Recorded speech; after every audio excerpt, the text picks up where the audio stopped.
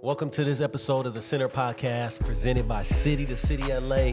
Brock is here, Josh is here, Sean is here, yes. And we got my man Pastor Joel. Hold on, I gotta exit. Is it Joel? Joel, or please. Joel?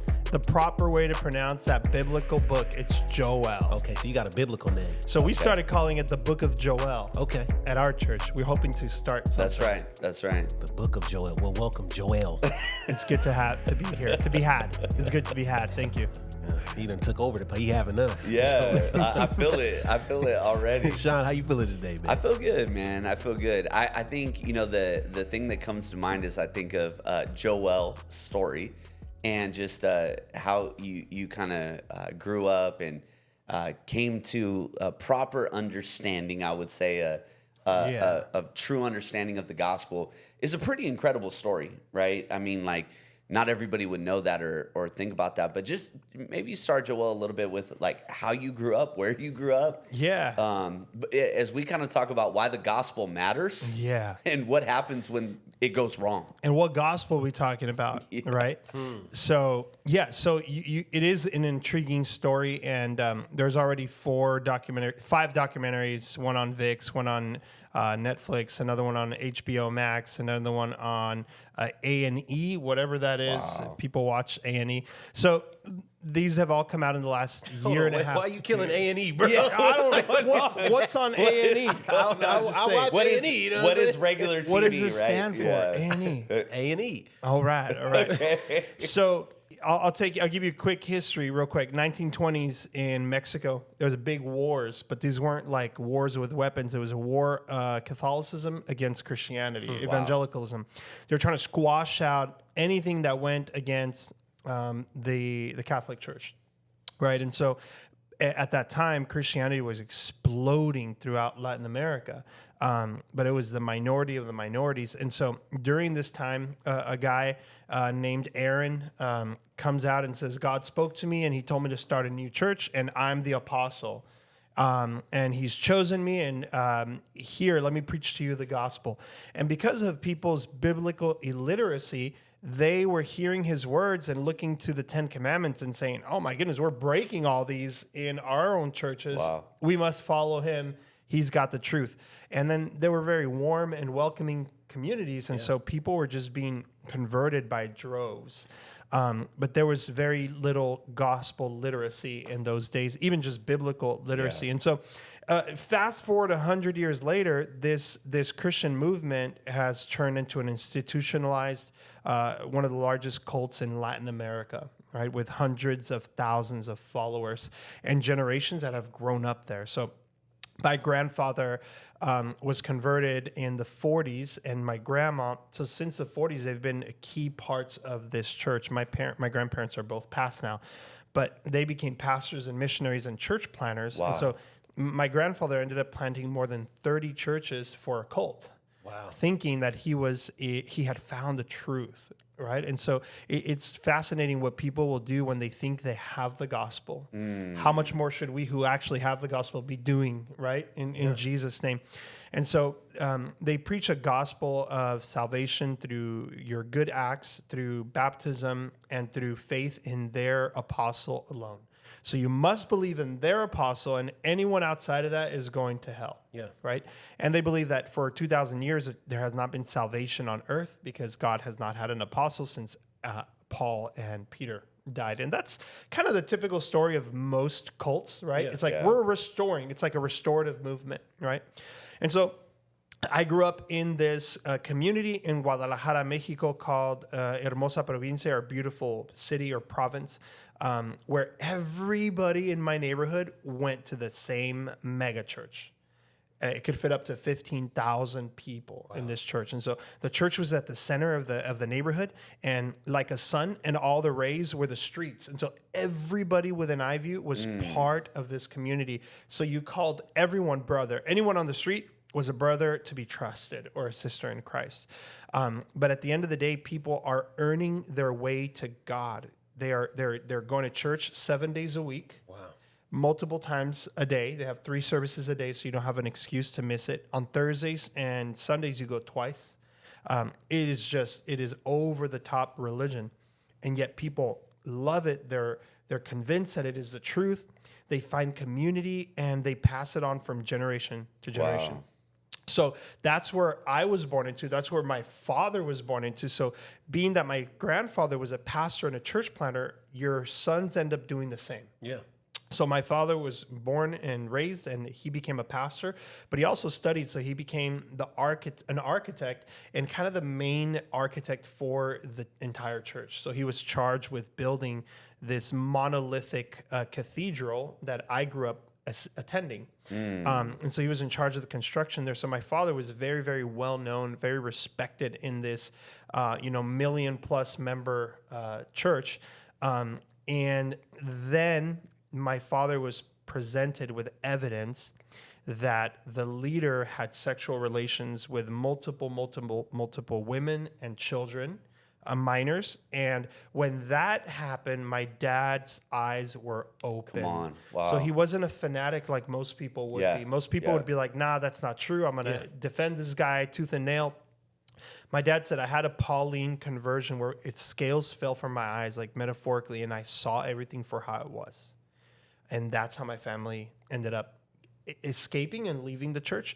My father was very brave and tried to speak out against the church. And when that happened, they turned on my family. There was an attempted kidnapping on my life when I was 9 years old. Wow. They ransacked our home and broke in and just tried to scare us. So then we ended up fleeing from Mexico to Los Angeles. And for about 20 years, my family just kind of laid low and tried to have our faith in God apart from institutionalized religion. So what would it look like? Praying before every meal and trying to do church on Sundays at home. And it was really weird. Yeah. Because we felt like outside of the church, maybe there wasn't truth. And we didn't have the gospel. Or that nobody could be trusted. Exactly. So you guys flee Mexico. You come to the United States. Your dad's eyes are open. These scales fall off. You're trying to do church just as a family, your literal immediate family. Do you stay in that? Like, where's the story turn? Yeah. Interestingly, I was kept out of church at home because at the same time, my parents were trying to explain to my teenage sisters why we left what we were born into. Yeah. I mean, we knew nothing else. Wow. So I was kept out of that. So I never participated in whatever church at home was. But man, I just So saw. you're in your bedroom playing PlayStation. Well, No, they're having church in I was the playing house. Hot Wheels. My parents are too broke to get me a PlayStation. When the PlayStation 2 came out, I got the 1. Okay, Wow, just so you come know. on. But it's okay. I had a good That's my childhood. 5-year-old right now. There you go, Xbox man. 360. I still have PlayStation 3 right now. So, Exactly. so what's so beautiful about God, and in City to City, we talk a lot about gospel fluency. Yeah. You start to see your story through the gospel lens, where you see that nothing in your life was a mistake. God has always been there, even in the places where we might think God is not here. And so for me, I think that God chose me and my family. Wow. I'm the youngest. I have 3 older sisters. My parents remarried and I had a younger sister, but I was the baby for a long time. God saved me first, and then he began working his way up in my family. Kind of like David's story, he chose him as a God loves to choose the unexpected, the small, right? Because he likes to do great things through small people. That's gospel, right? And so since 7th grade or 5th grade, God has put Christians in my life. Yeah. They'd moved down the street. My friends in high school, pastor's daughter, pastor's son, pastor's daughter, choir leader's son. And it's just like all these people converging in my life that are following Jesus.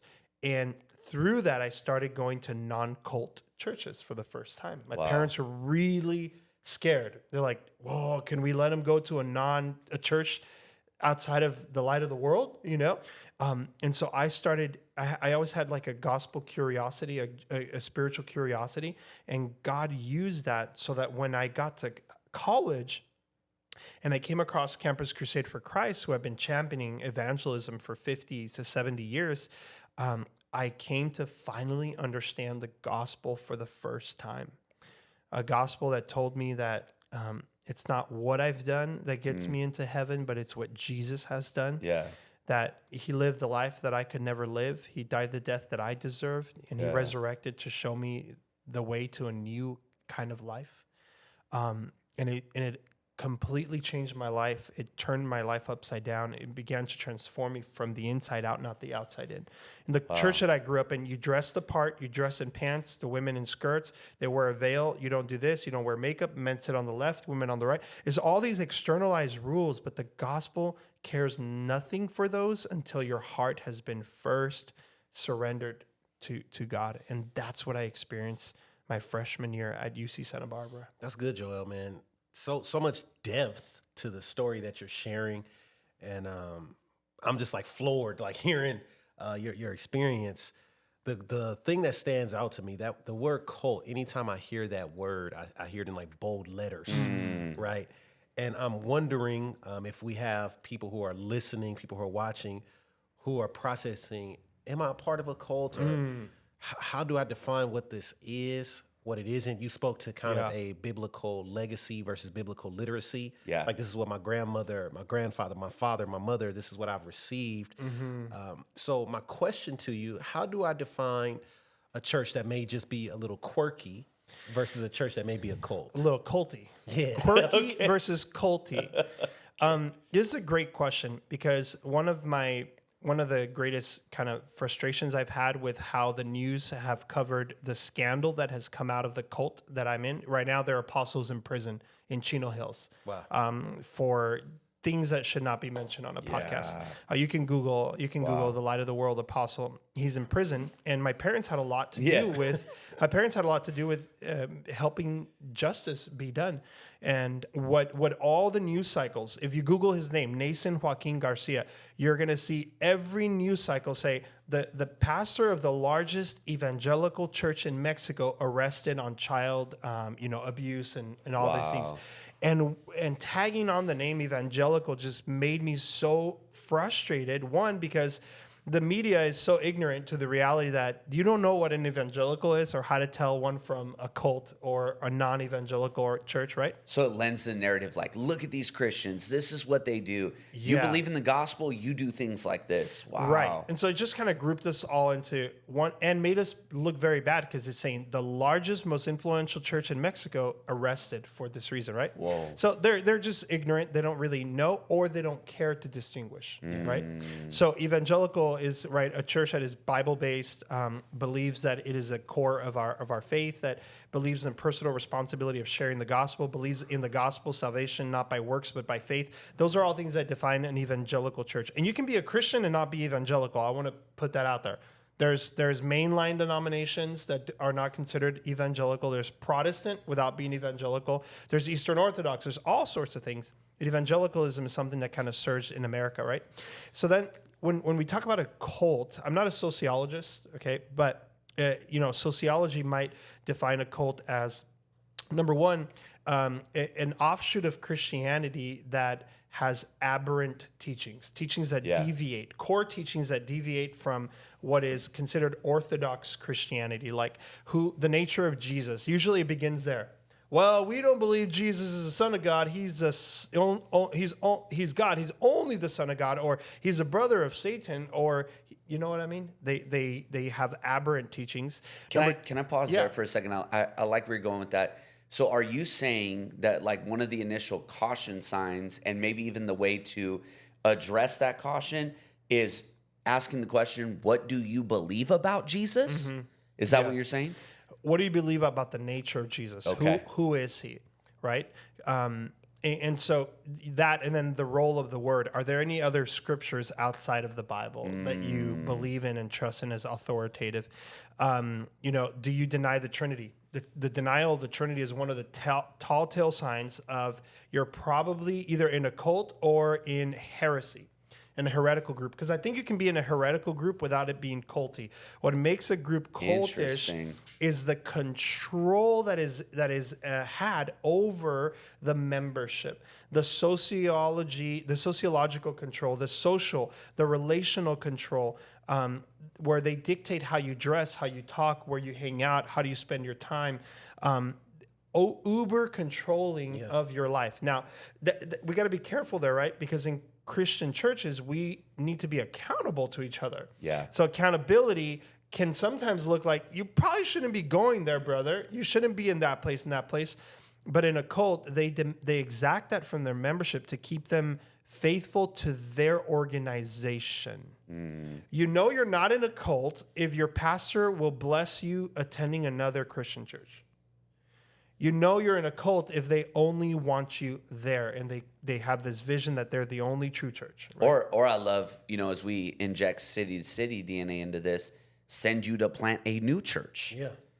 Right. And fully empower you as a leader. And the heart of city to city, though it was started by a Presbyterian, is not we only plant Presbyterian. Right. It's like we are interdenominational. You Presbyterian? Okay. I love Tim Keller. Tim Keller, I love you. And I love my Presbyterian brothers. Shout out to Abe Cho. What's Come good, on. baby? Hey, What's good? keep sprinkling those babies, all right? So Razzle dazzle. You know what I'm saying? we have different maybe practices on secondary issues, but the core issues we all agree on. So those are a couple of signs that you're probably in a cult, or can I give an alternative? You may be in a culty church. Culty. Or a church with cultish tendencies, right? So I would examine where you're at, and if they would recommend a church outside of their organization, you're probably in a good space. So maybe they're saying things like, we're one of God's good churches.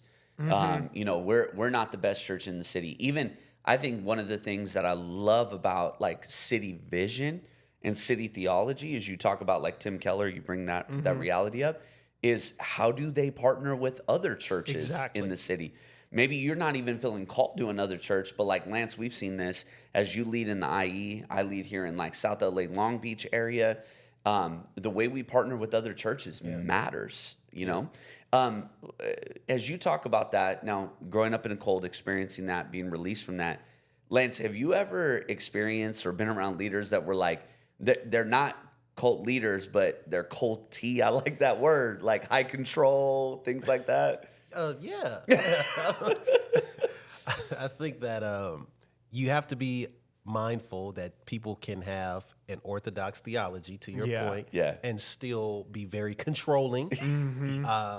Think that their way is the only way. And, I pray for my friends in the faith that are experiencing those type of leaders and churches right now. Culty. And leaders. it's culty. I like that word. That was not in my dictionary, Joel, but I'm adding it. There's...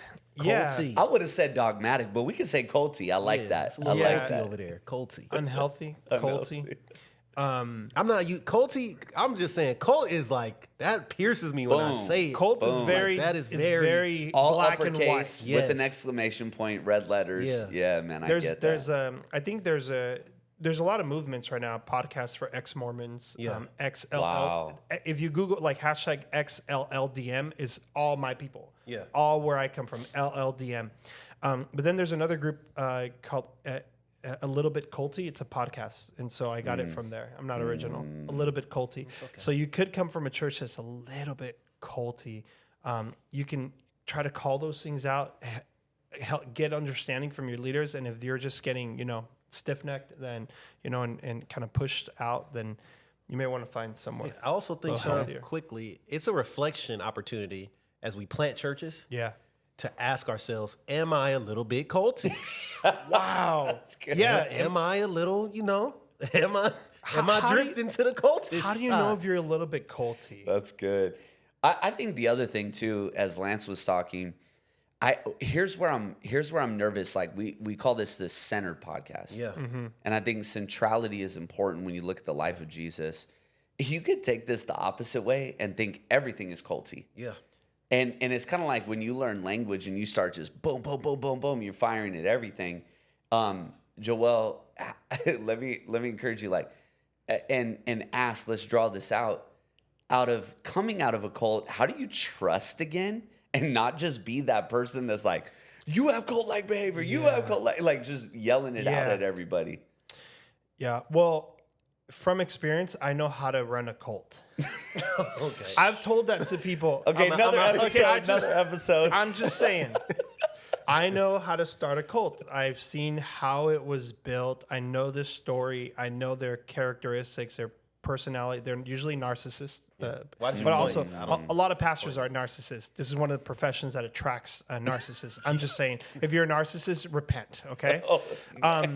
And so I've seen how it operated. Not only that, I've seen how it's the church that I came from, it's highly successful. Yeah. 100 years, and you've been able to be in 100 or more countries. Yeah. Google anywhere that you live, La Luz del Mundo or Light of the World, and you're going to find one of their branches. It is insane. We were in Texas. Yeah. It was like drive down the street and there was one. I was In the like, boonies, whoa. one of our leaders, our superintendent, has a church in Wenatchee. You ever heard of Wenatchee, Washington? No. And he sends me a picture of the Light of the World Wenatchee. He's like, they moved in. I'm like, they're everywhere. So oh man, I know how to run a cult. I know how to start it, and because of that, it was hard for me to be able to trust leadership.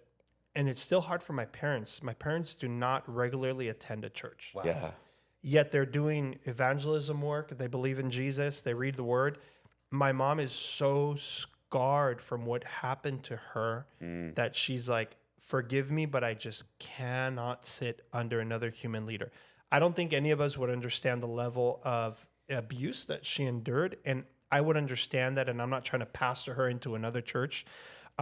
But I also feel this sense of, if only you knew what a healthy church was like. Yeah. If only you had sisters in Christ that could help you, support you, love you, care for you. My parents have each other. Thank God that they both follow Jesus. But, there's so much that we miss out when we can't trust again, right? So how do we trust again? Because a lot of people come out of very harmful situations, churches, cults, or culty churches, saying, I'm never going to trust in another human leader again. I'm now anti-establishment. I'm just going to do home church. And now I'm going to be the pastor. Okay, so now you who are so hurt and harmed are going to entrust yourself to lead others without any covering. What a trauma bond. Just bond with your family over all that trauma. It's a dangerous place, right? So what my parents have been able to do is talk to people who are coming out of the cult and trying to help them through example. There's hope out there. Yeah. There's real churches out there that are doing good work. Yep. And don't blame God for what you experience, because most of them come out feeling like, God, why did you let me be there for a long time? So good. I have a question for that right there. Yeah. People who leave a cult, they may walk away with a lot of guilt, a lot of shame. You mentioned your father was influential in this organization. Yeah. So now you've had to make the choice to walk away from a lot of influence. Yeah. And there's pain associated with that. How does someone in that position, I'm walking away, I have all this trauma and this pain that I've been through because of that place, how does that person preach the gospel to themselves? Yeah. Well, first of all, it's so hard for us who have never experienced that to have understanding of what they went through. Yeah. Think about someone who may have been sexually abused by the apostle whom they thought was the man of God. Like, Wow. How do you shepherd someone like that? It's like, we are inadequate. So resourcing them to Christian psychology or counseling is super good. They may not always want to do it because they've often taught those are bad things. We don't trust in science or in anyone outside of our church, right? But what I've seen is having solid, true Christians in their lives that can just love them where they're at and bring church to them can be the major difference between them going, therefore, to an institutionalized church, organized church, like you have a building or a location and there's a pastor and there's staff and there's leaders. It's Christians who can just be willing to meet them where they're at, befriend them, love them, welcome them to their table. And that's how it was for me. It was my friend Carlos who lived down the street, whose parents were Baptist pastors, who moved from Texas to shepherd in Covina, and would invite me to dinner at their house. And at dinner, they'd say, let's take a moment to pray. And they would pray different. I never learned how to pray out loud. They prayed out loud. I thought that was weird.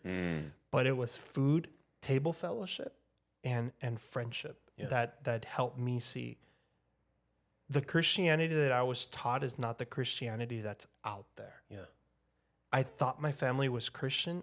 I don't know that we are, because what they have here is so drastic from what I'm experiencing at home. Wow. And that's what paved the way.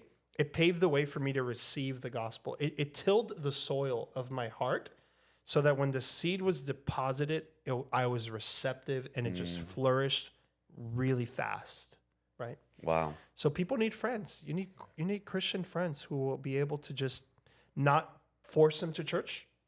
Because often we're like, well, come to my church. We're not a cult, And it's like sometimes that will work and it really will impact someone.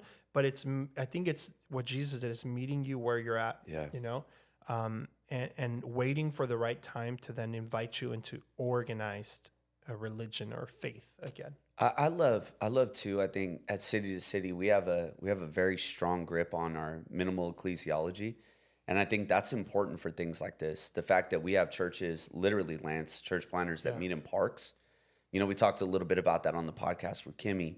But we have churches that are meeting outdoors like this. We have churches that are meeting in people's homes. And I think the diversity of churches that we have allows for people to plant in different ways and to live out their polity in unique ways that allows people from all different aspects of life to come to Jesus. Yeah. And I think sometimes we can get so, I used to bring that word back, but dogmatic or even legalistic about how we plant churches that we miss the broad scope of what we're doing, right? This is to reach the lost and send the saved. Yeah. And so I love that with City to City's training. I'll also mention what you're not going to get is you're not going to get a bid for big churches, for smaller churches, for micro churches, for home churches, for park churches, for this churches, for that churches. But really look at the basics of like, what is our minimal ecclesiology? Do you have a grasp on the gospel? Yes. And then how are you living that out the way God has called you to live that out? I think that's something that is unique and powerful about the way we gather at City to City, and we desire to see planters raised up. You and I lead a larger church. We also lead unique in that we lead in a plurality of eldership. That's not for everyone. And I think having that reality and then even being able to be dropped into that ecosystem and learn that there are other things out there grows and shapes leaders, and it builds trust through friendship, like you talked about. So, Lance, how do you want to wrap this thing up? No, that's good, man. And I'm glad, Sean, you mentioned that episode we recorded with Pastor Kimmy, because she talked about the 3 ships, right? Mentorship, discipleship, and fellowship. Yeah. And what you mentioned, Joel, was that fellowship is what kind of introduced you to the truth of the gospel. That's good.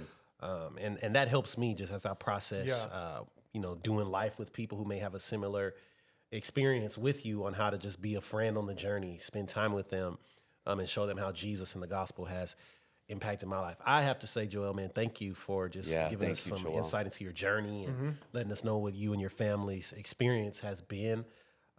If there's someone who is watching this, they've come across this video and they're like, hey, I may be in a culty church, in a church that I think is a cult, and I'm looking for someone to encourage me, to just give me some advice, some strategy, what would you say to that person? Reach out to me. I'd love to talk to you. Or reach out to any church and send them an email, give them a phone call, say, can someone talk with me through this? There's a lot of good people out there that are seeking to help people that may be in cults get out, kind of like a spiritual underground railroad. Really helping people get out of there. My parents went as far as to let people live in their home that lost all their family because they left. One young couple stayed with them for a year. Wow. And we need more people like that, that are willing to just welcome people to the flock of God, understanding that some people are actually losing a lot more than we have lost in order to go after the gospel. And then lastly, can I just give thanks to Tim Keller? Is that okay? Yeah. So I just want to, Tim Keller's ministry, when I became a Christian, I went to UC Santa Barbara, I got involved with Crew, and then my first mission trip was to New York City. And so every Sunday, it was for 5 weeks, every Sunday we visited a different church. And one of those, Tim Keller's church. So I was there, I remember this, he was preaching on 1 Samuel. This is 15 years ago, 2009. He's preaching on that, and the church experience was so different. They had a string quartet or something, or a jazz quartet for worship. It was at you knew NYU. he was in Manhattan. It was at wow, okay. NYU University. very intelligent crowd, we went to that church, and then the next Sunday we went to like a gospel church in the Bronx, and it was so awesome being introduced to the diversity of the body of Christ. But then we also read the book Prodigal God for that summer. Yeah. Wow. And that helped me understand the gospel. And so if you're listening, press into the gospel. The gospel matters because the gospel brings salvation, and the wrong gospel brings damnation, right? Paul writes in Galatians chapter 1 that the believers shifted to a different gospel. He says, which is no gospel at all. Yeah. So there's either the real gospel or the false gospel, and salvation is at stake, right? So surround yourself by people who are fluent in gospel, like Tim Keller, like mentors, like Larry Acosta, right? Like these guys to my left and my right. And if you find yourself in an unhealthy place or somewhere where they're not preaching the gospel, preach it to yourself, preach it every day, learn it, and then go find somewhere where the gospel truly is being preached and it permeates all of church and church life. That's good. Yeah. Joel, thanks for your time, man. Thanks for hanging out with me and Sean. We're grateful to just, hang out with you, chop it up. Yeah. Thank you all for checking us out here at the Center Podcast. We'll see you soon.